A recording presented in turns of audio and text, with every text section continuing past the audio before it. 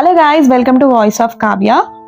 5 minutes లో కొబ్బరి చట్నీ ఎట్లా ప్రిపేర్ చేసుకోవాలో చూద్దాం. 5 నుండి 6 పచ్చిమిరపకాయలు, కొబ్బరి, ఒక పెద్ద సైజ్ ఆనియన్ 3 కట్ చేసుకొని రోస్ట్ చేసుకోవాలి. ఎక్కువ ఆయిల్ ఏం అక్కర్లేదు, జస్ట్ ఒక టేబుల్ స్పూన్ ఆయిల్ వేసుకొని 3 రోస్ట్ చేసుకోవాలి. ఆనియన్స్ ఇంకా కొత్తిమీర 2 ఒక్కసారి ఫ్రై చేసుకొని అవి పక్కన పెట్టుకోవాలి.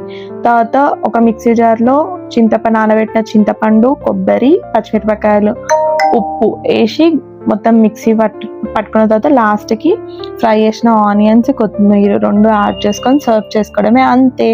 క్విక్ అండ్ టేస్టీ కొబ్బరి చట్నీ రెడీ. ఇది దేనిలోకైనా బాగుంటుంది, చపాతీ, రైస్, జొన్న రొట్టె.